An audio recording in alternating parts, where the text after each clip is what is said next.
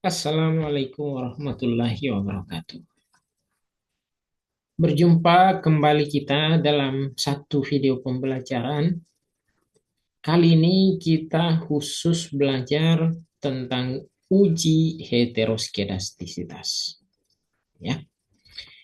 Uji heteroskedastisitas merupakan satu uji penyerta atau uji pelengkap, ya, dari analisis regresi atau uji regresi. Uji heteroskedastisitas ini pada prinsipnya untuk melihat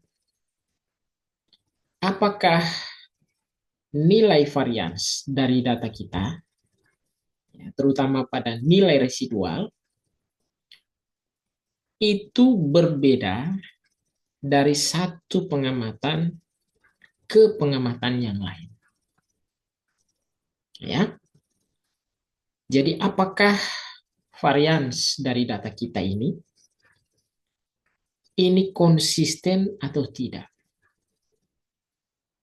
Jika tidak konsisten atau berbeda, maka berarti terjadi gejala heteroskedastisitas. Bahasa yang lebih sederhana kira-kira seperti ini.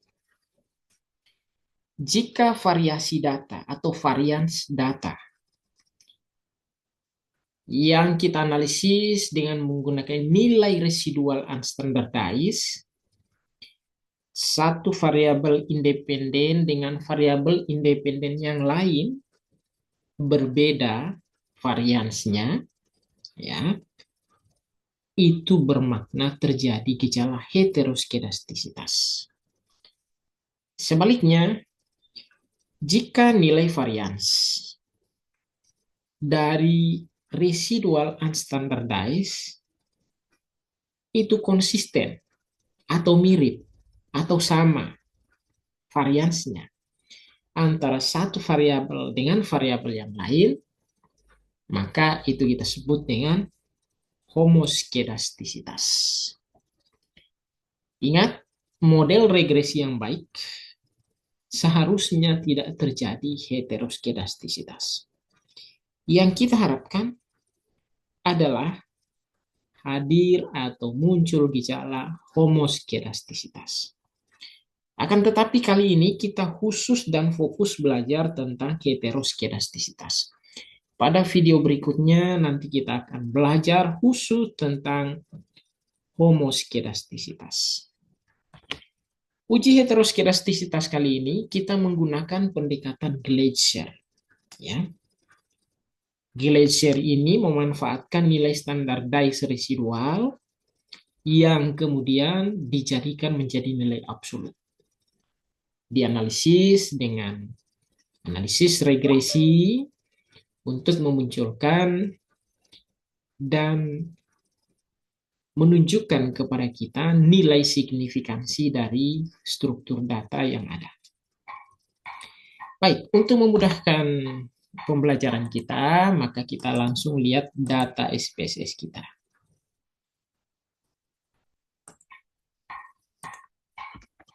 Oke.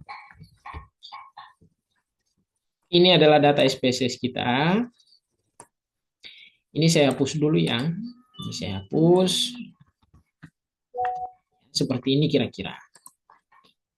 Ini variabel X1, X2, dan Y.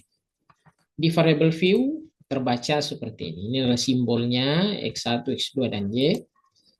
X1 itu adalah motivasi, X2 minat, dan variabel Y atau variabel dependennya adalah prestasi pelajar. Ini data kita. Nah, langkah-langkah analisisnya adalah sebagai berikut. Kita masuk ke analyze, masuk ke regression, kita pilih menu linear. Analyze, regression, linear. Klik. Kita masukkan prestasi belajar pada kolom variabel dependen. Motivasi dan minat ini kita masukkan pada kotak variabel independen. Logika yang kita bangun seperti ini ya. Semakin baik motivasi, akan semakin baik prestasi belajar. Semakin baik minat, akan semakin baik prestasi belajar. Ya, seperti itu. Pada menu statistik tidak perlu kita otak-atik, plots juga tidak perlu. Nah, sekarang kita masuk pada menu save. Di menu save ini cukup satu yang kita centang, karena kita butuh ini. Unstandardized untuk residual. Continue. Menu option style dan bootstrap ini tidak perlu. Kita langsung oke kan. Ya. Kita langsung oke kan. Nah, secara otomatis akan muncul satu variabel baru. Ya, satu variabel baru namanya res1. Nah, res1 ini adalah unstandardized dari residual data kita. Sudah pernah ya pada video-video sebelumnya kita jelaskan apa makna dari unstandardized residual itu. Baik, kalau sudah muncul variabel ini dengan data-datanya, maka langkah selanjutnya adalah kita harus membuat data ini menjadi absolut. Ya, menghilangkan angka-angka minusnya, menjadikannya plus, agar bisa dianalisis dan disandingkan dengan variabel-variabel yang lain, terutama pada variabel independen ini. Nah, untuk bisa membuat angka ini absolut, maka caranya kita mesti lakukan transformasi. Ya. Kita mesti lakukan transformasi. Caranya kita masuk ke transform, compute variable. Ya. Nah, di sini kita kasih nama variabel baru ABS. Ya, ABS sesuai dengan nama yang ada di atas ya. Kasih garis datar bawah res 1. Ya, seperti ini kira-kira. ABS res 1. Res 1 ini ya nama dari atas ini ya kita ambil. Nah, sekarang kita beri kalimat perintah dalam bentuk rumus. Ketik saja ABS, ABS itu artinya absolut. Buka kurung, ya. Kita tulis nama variabel ini. Ya. Res garis datar 1. Oke. Nah, seperti itu. Kalau sudah, kita okekan. Secara otomatis akan muncul variabel baru, namanya sesuai nama yang kita buat tadi, ABS garis bawah res garis bawah 1. Nah, ini adalah nilai absolut dari data unstandardized residual ini. Ya. Kalau sudah, maka data ini siap kita analisis. Caranya kita masuk kembali pada analyze, regression, linear. Ya, kita masuk menunya seperti ini. Nah, pada variabel dependen ini kita ganti dengan ABS res 1. Inilah yang kita maksud dengan uji Glaser. Pendekatan Glaser. Ya. Kita akan melihat bagaimana signifikansi data kita. Pada menu statistik tidak perlu, plots tidak perlu, pada menu save. Yang tadi sebelumnya kita centang, unstandardized, ini kita hilangkan. Jadi tidak boleh tercentang unstandardized-nya ya, nah, supaya bisa dianalisis. Dengan menggunakan transformasi absolut dari data residual unstandardized yang kita beri nama ABS res 1. Ya, seperti itu. Kalau sudah kita okekan, maka akan muncul hasil seperti ini. Ya, hasilnya seperti ini. Kita cermati tabel yang koefisien. Nilai koefisiennya. Ini yang kita cermati. Ya.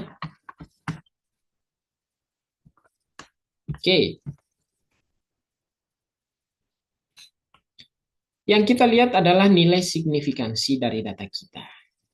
Di sini tercatat untuk variabel motivasi maupun variabel minat, maka tingkat signifikansinya atau nilai signya ini kurang dari 0,05. Ya, sekali lagi, ini kedua-duanya kurang dari 0,05. Apa maknanya? Apa tandanya? Ini berarti terjadi gejala heteroskedastisitas. Jadi, jika hasil analisis dari uji Glaser memanfaatkan nilai absolut dari unstandardized residual menunjukkan signifikansi kurang dari 0,05 ya. Untuk variabel-variabel independennya